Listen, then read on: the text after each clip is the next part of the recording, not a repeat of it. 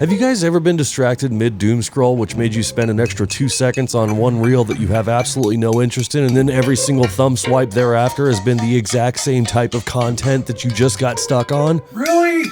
Yeah, that happened to me, and now my entire feed is nothing but a bunch of nerds banging on their 3D prints saying it's just like metal.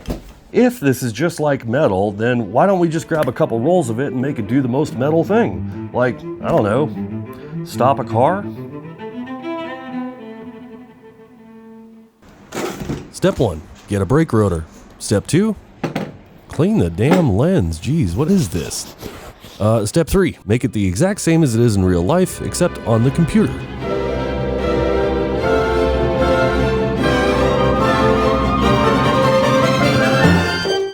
Yeah, that was easy. Did you know that, well, everything on a brake rotor is a circle? They're really easy to draw. But I did run into a slight problem, and that is that my Bamboo X1C cannot print a rotor of this size at any orientation. It's just a little bit too small. So I had to call upon my buddy Len, the founder of the 3D Printed Car Parts Facebook group, and he has a large enough printer for this rotor. Now Len is also super awesome that he got us hooked up with a 3-kilo roll of polyphenylene sulfide carbon fiber 10% from Polymaker.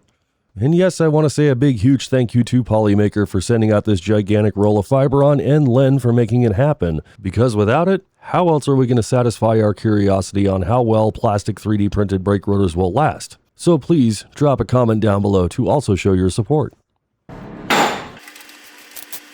Nah, this ain't sketchy at all.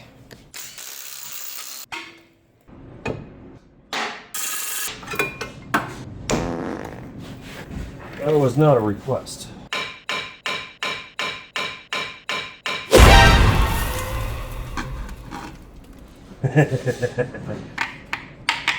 I'm gonna smooth that out real quick.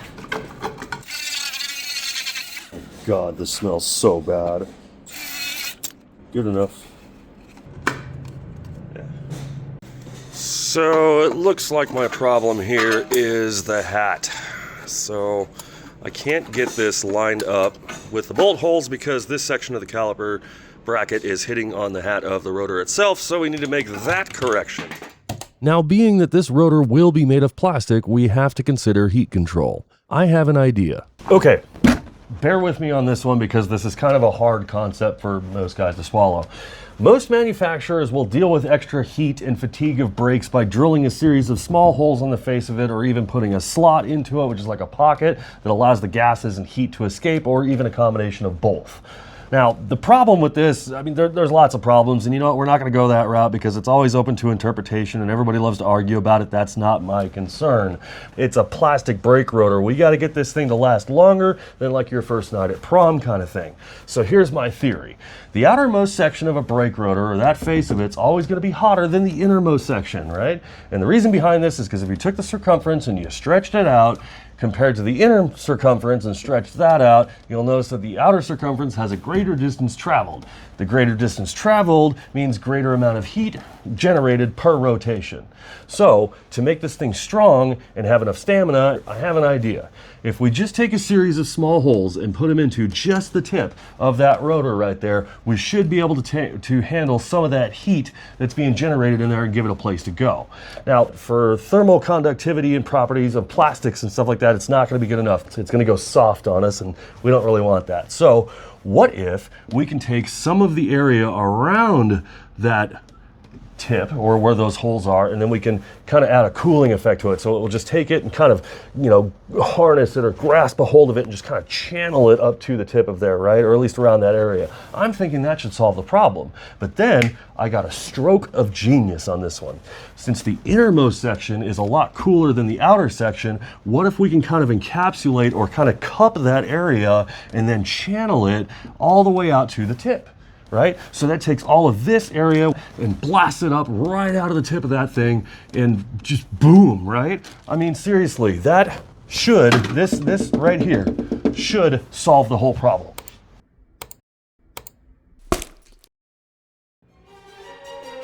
That'll do it.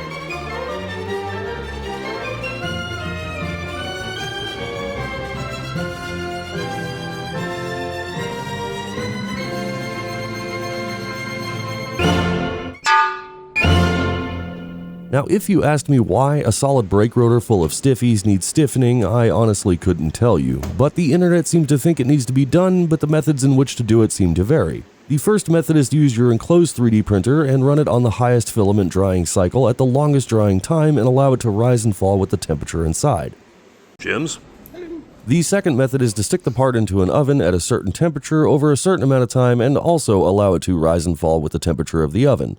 I tried both. Okay, that is not lens, angle, deflection, or anything else like that. This sucker is now a potato chip. But the next day when the parts were finished, I noticed that not having any supports on the part in the oven made it realign not only the molecules internally, but also the whole damn shape.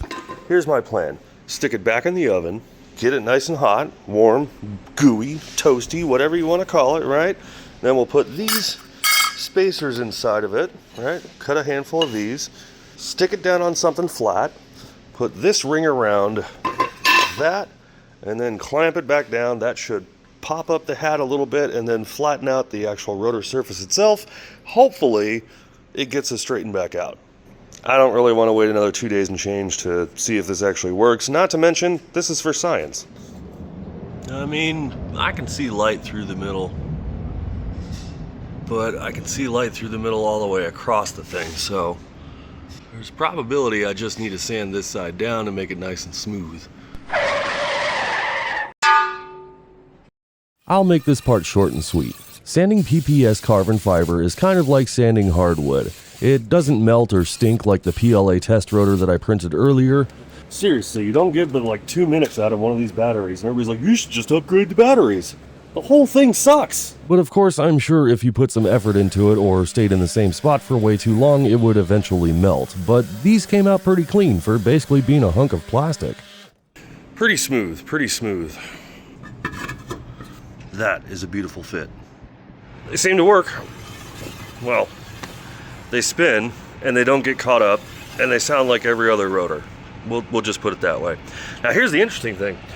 The slots, right, they go in this direction and this here is forward. But on the opposite side, I did not mirror these rotors, so on the opposite side the slots go the opposite direction. They go forward. So now we actually get a chance to see if this actually makes a difference or not, which is, well, if they survive, that's some pretty cool data. And in order to differentiate the left side from the right side for data collection purposes, I added a mark. So if we see any red piece, that means it was in the oven. The oven is red. Remember that.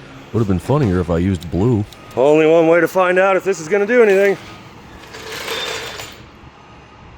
Here we go.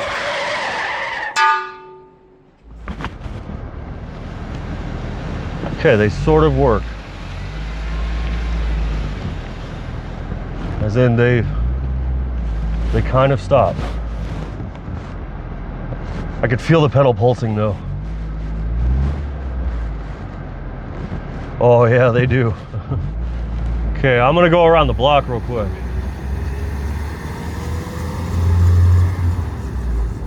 Oh geez, they're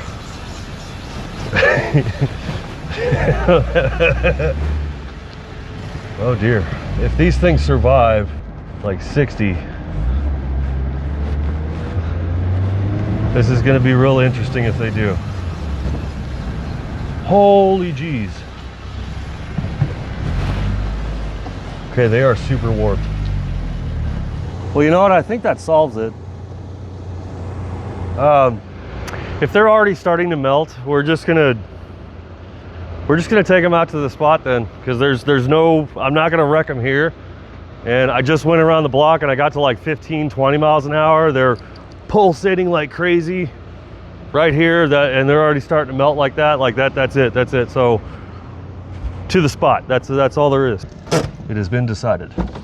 So this is at 20 miles an hour, roughly. You know, a couple stops here, 5, 10, 15, 20 miles an hour.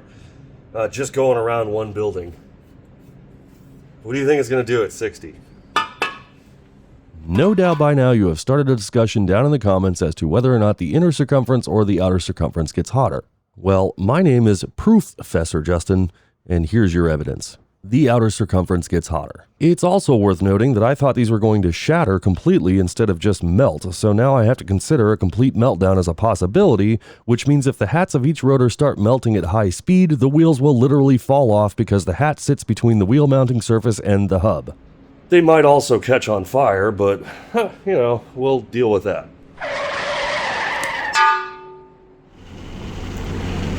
You guys see that?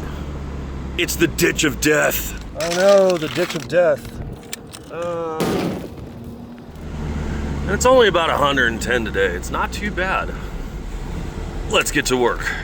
So we've already gone to 20 miles an hour on these things, and I think what we're gonna do is just hit them straight at 60. So place your bets. Is this thing going to explode or completely melt down?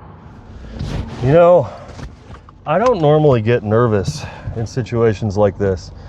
Worst case scenario, the wheels come falling off and I lose control and maybe crash into the ditch of death. We only get one shot to do this.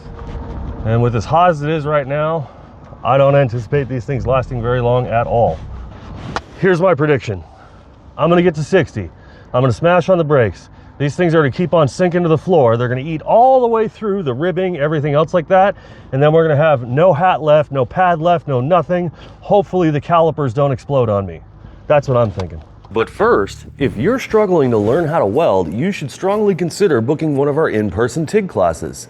Since 2017, we've been offering hands-on in-person TIG welding classes, and our single-day aluminum and steel TIG class is hands down the fastest way to learn how to TIG. With no college courses, no prerequisites, no experience necessary to attend. We also offer 2 locations for learning, either here in Vegas at my shop or at the Prime Weld headquarters in Blackwood, New Jersey, just outside of Philly. So if you want to learn how to TIG weld from a pro or just up your existing skills, head over to thefabricationseries.com and book a class with me. You can also use the code TFS50 at checkout for $50 off any class. I hope to see you there and teach you how to TIG. Plastic brake rotors, 60 miles an hour.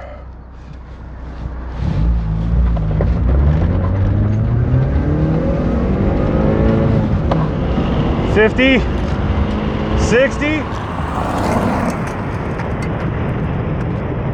Nope, we got nothing. Woo!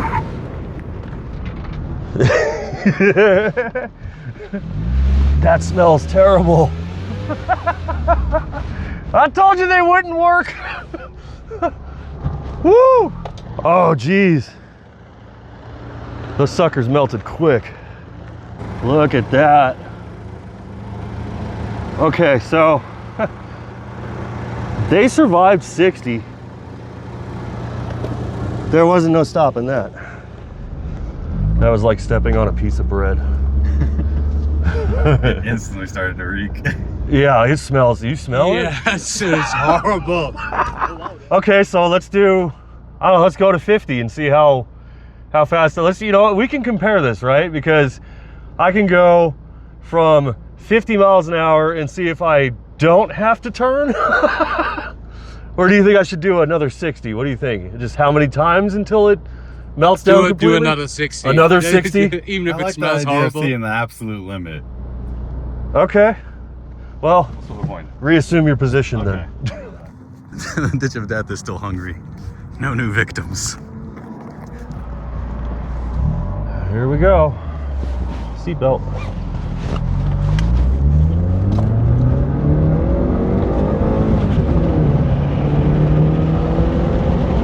$50, $60.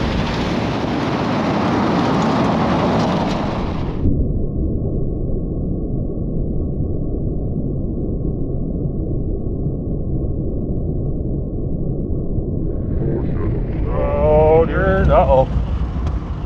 Come on, come on, come on, come on. I got nothing. I got nothing. It pedals to the floor. God, that smells so bad. Dude, I think that just got worse. It smells just as bad. I'm gonna do it again. We're going back to back. Okay. I just hope the GoPro footage is set. Don't even give him time to cool down. No time. 50, 60.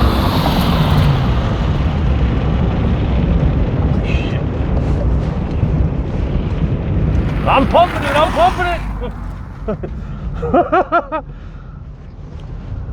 Dude, there is nothing left on these things. I almost went into the ditch of death. There's literally... Is it dripping? Oh, crap, look at that. Holy crap. Look at that.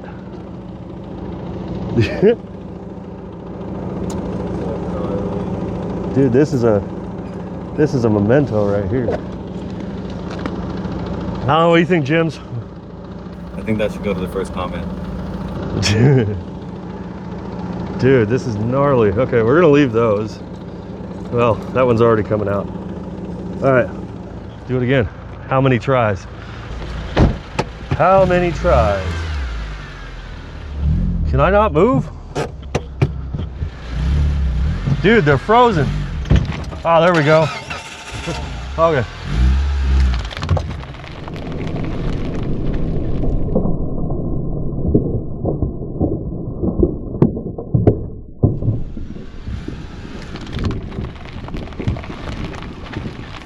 Dude, they're stuck. Come on. They melted to the rotor.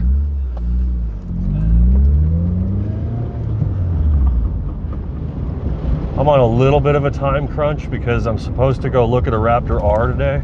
God, I got no brakes. I got no brakes. I think at this point, only the rears are slowing me down and the fronts are just slinging plastic everywhere. I hope you guys like this. All right, plastic brake rotors attempt number 4, 60 miles an hour. 50, 60. Oh shit, we're coming up fast. We're coming up fast.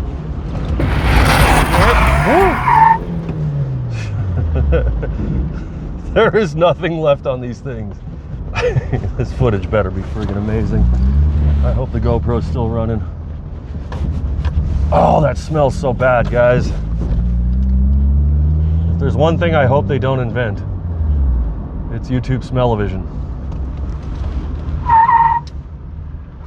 Pretty sure those are pieces of plastic in the road.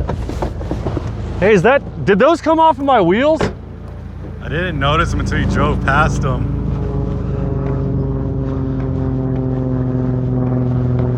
I think these came off. They did. Dude. God, I hope you were rolling. I was. They're hot. They're really hot.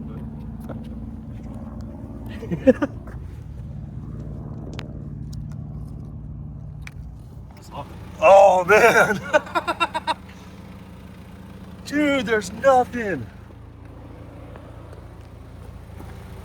This one's still alive. This one's still going. Look at the other side. Bye-bye. It going.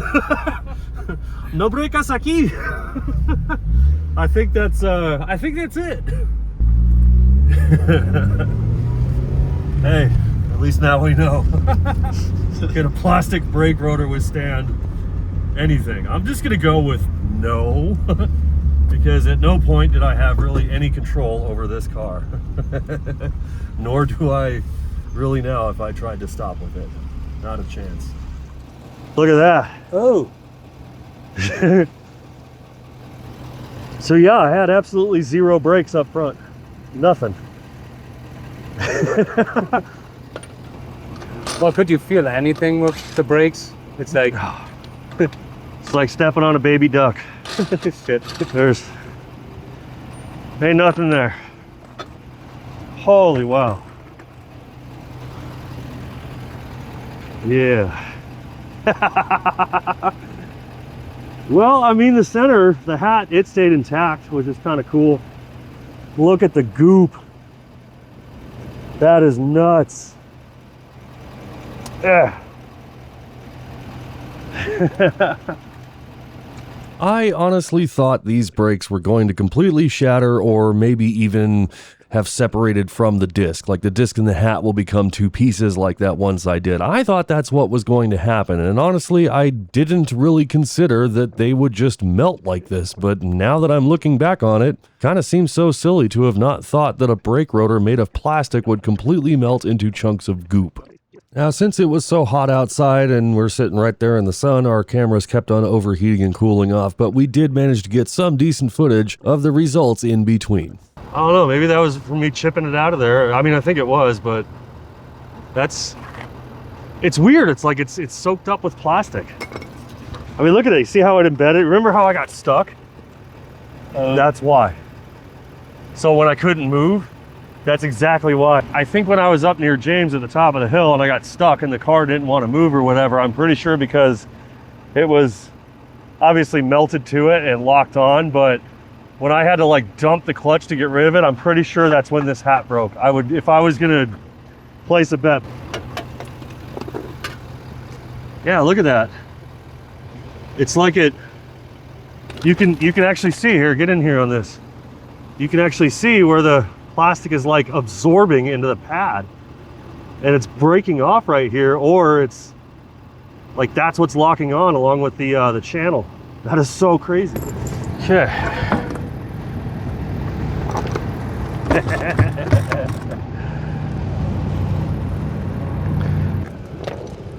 Okay, I don't think there's going to be any real separating this. We'll just see if I can get it apart. We'll start from there. Yeah.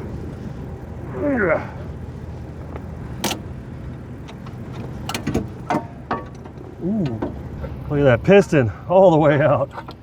We'll worry about that in a minute. You come on out of there now. There's so much melted plastic in there. I'm just gonna go for the straight chisel method. The pad just sheared off. Look at that. Oh, it sticks to the... Yeah, the pad completely sheared. You know what? While I have this here, this has no rasp on it. So these are Duralast Gold brake pads, and I thought they would have had a rasp. So in the brake pad video, I cut a rasp into it so that way we had something to mechanically lock.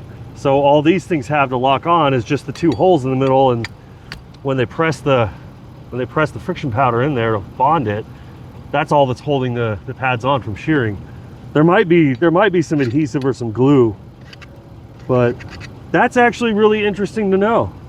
So lots of people were saying that there's, you have to have something. Well, I put more on it than, well, I mean, aside from the hole, right? I didn't have the hole, but yeah, that's, just, hey, we're collecting data. We did this for a reason. That's right. Science. I'm trying to settle arguments you never thought you would have. This is like the whole reason behind Guinness Book of World Records. That works. That was easy. Fixed it. It's Here, hold it. Yeah, show that. Hold that. Yeah, don't. Hot as hell. Yeah, don't let that. Put that in a safe spot. Be delicate. I want that on my my trophy. Here's another one.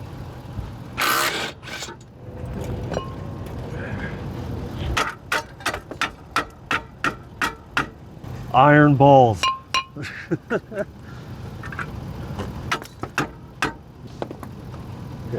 think we're safe now. Maybe. Aha.